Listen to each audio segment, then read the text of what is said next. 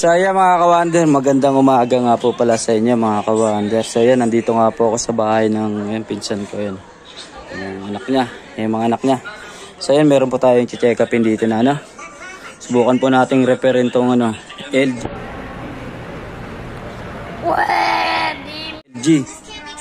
Yan, LG twin tab. So malaki po ito mga kawander oh. Yan, ilang kilograms ba to? Ilang ano? Malaki. Yan, so ang naging problem po yata nito. So may ground daw po at saka hindi na raw po maandar yung ano sa dryer niya. Yan. Ayan po yung mga wires niya dyan oh. Yan, ginatgat po ng daga. Yan oh. So ang dami po mga balat-balat. Yan oh.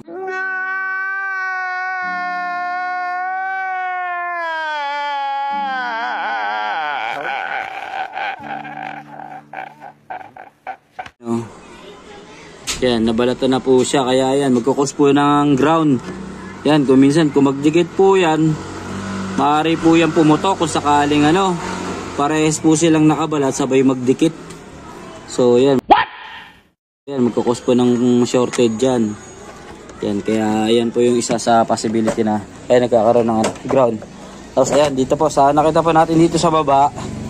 So, ayan, so binuksan na po natin to. Check upin po muna natin yung motor. Yan, nakita po natin ito. Yung wires po na plug. Ito po mahaba yan. Dugtong-dugtong po siya. Yan, nababasa rin po kasi.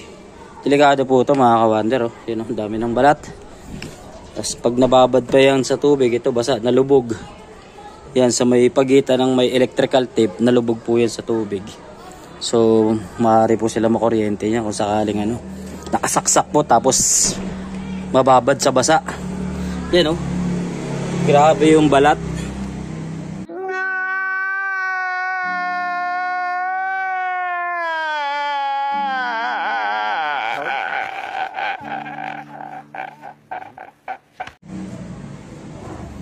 Yan, delikado po talaga yan oh. Buti nga po hindi pumuputok. Yan, kaya hindi po natin sinubukan isaksak kasi alanganin po tayo eh. Yan, ayan nga po yung nakita natin. So yan, subukan po, madali lang naman po palitan niya mga kawander. Mamaya papakita ko po sa inyo papalitan yan. So palalagyan ko na lang din po ito ng ano, ng hose na ano, para kung magpapalit po ako ng plug nito, mapoprotektahan po siya ng ano, hose bago po siya ngatkatin ng mga budwit daga. Sa hose muna. Nice. Muna sila mag-uumpisa. So yan, update ko po kayo. A few moments later. So yan na nga mga kawander, sa nabalatan na nga po natin itong ano, 3 wires doon sa motor. Yan po.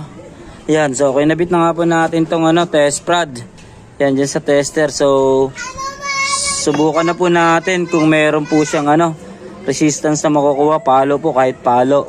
Yan, so ano po muna natin itong ano, yung dalawang ano, test prod. Yan, calibrate po muna natin. Yan, so pumapalo po. Ayan ah. Yan, yung dalawang test prod na calibrate po muna, calibrate. So yan, subukan na po natin na ano, kuhaan ng resistance itong dalawa. Yan ah, so pumapalo po mga kawander.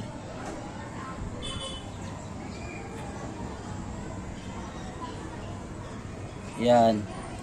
Then, white to gray po, pumalo. Yung white to yellow, try po natin.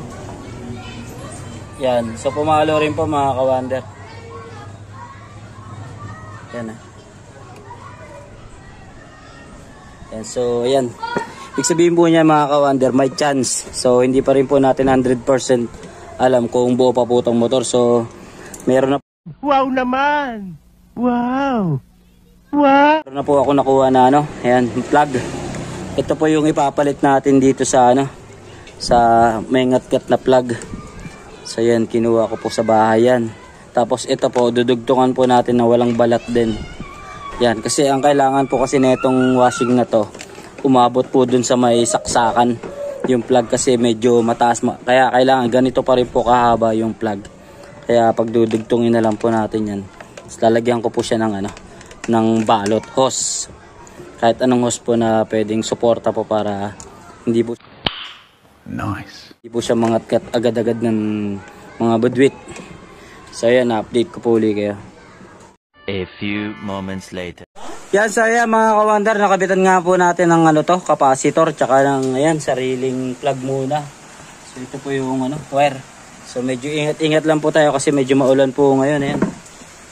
Ayan po. So try na po natin. Ayan o. Isla po. Ayan. So ayan o.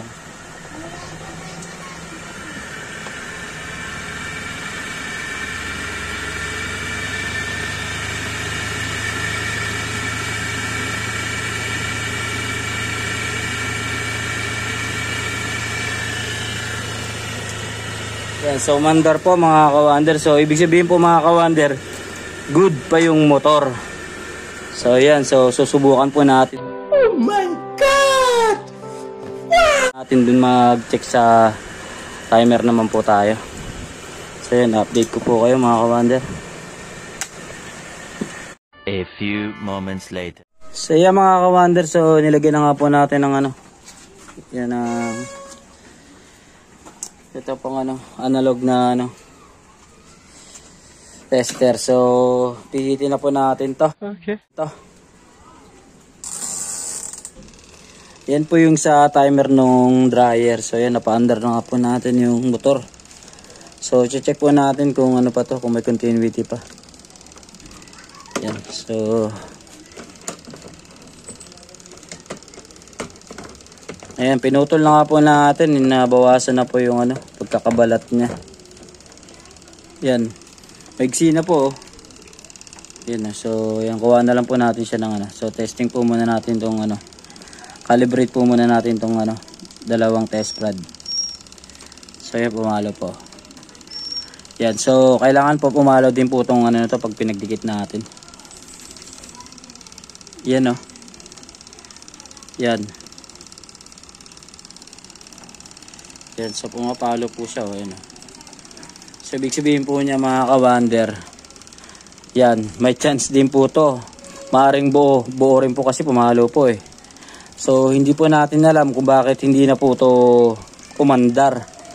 So maaring nga po kasi hindi na po talaga masyadong yung mga wires niya kasi balat-balat na nga po. Maaring naputol na nga po dun sa sa pinaka puno. So yan, so susubukan na lang po natin na magdugtong dyan or titignan po natin kung aabot pa yung pinagputulan. What? So ito po yan Yan Yan, medyo abot pa nga po. So hilain lang po natin siya. So ikakabit ko lang po ito mga kawander. Tapos yan, papalitan na po natin ng bagong ng bagong plug.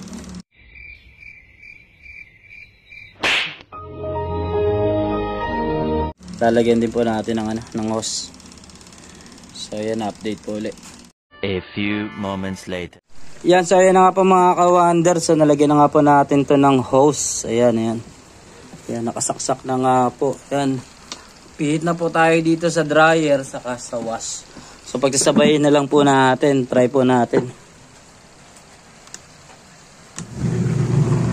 Yan. Yan, so yung wash po, pinalagyan po natin ng ng belt kasi medyo low na po. Yan So ito naman po yung dryer. Yan.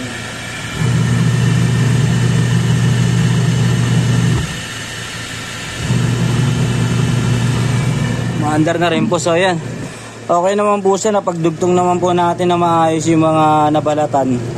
Pinutol na lang po natin. So yan, umandar na po siya.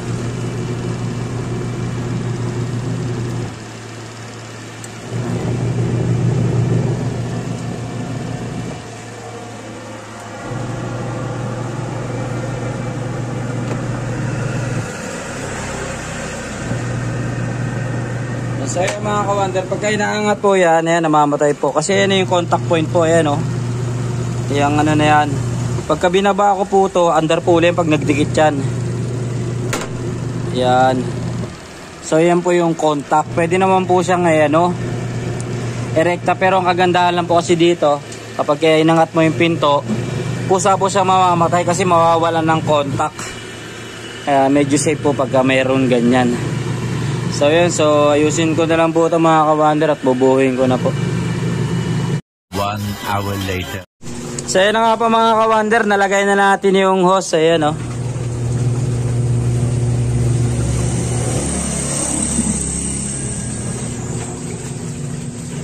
Yan, so yan, umaandar na rin po yung wash. Bagong palit po yung belt niyan. So try natin tong ano.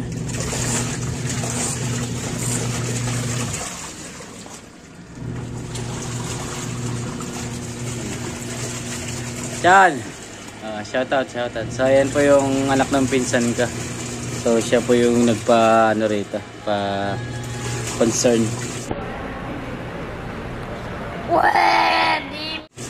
So okay na po, ayan na yung dryer oh. Commander na oh. Ayan, ang lakas po, di ba?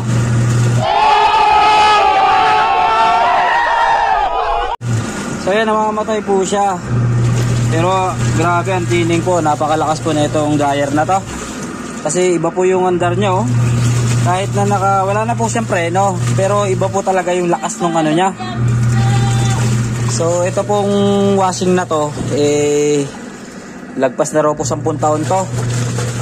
Kaya napakatibay po ng ganitong ano. Dekada na po yung tinagal nito, pero yung ano ng motor niya napakalakas pa rin po. Ayan oh. Pinalitan lang po ng ano yung dyan, yung belt. Lumakas na rin daw po yung ano nung ano. Tinesting po namin na yan, may laman. Itong ano sa motor ng dryer, ayan ang lakas po oh. Kahit nakapatay na po yan, kasi pagka nakabukas po yung pinto, kailangan mamamatay po yan oh.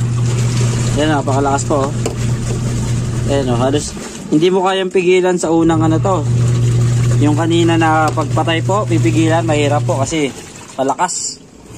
Yan, so pag binaba ko po ulit to, under po ulit to. Yan.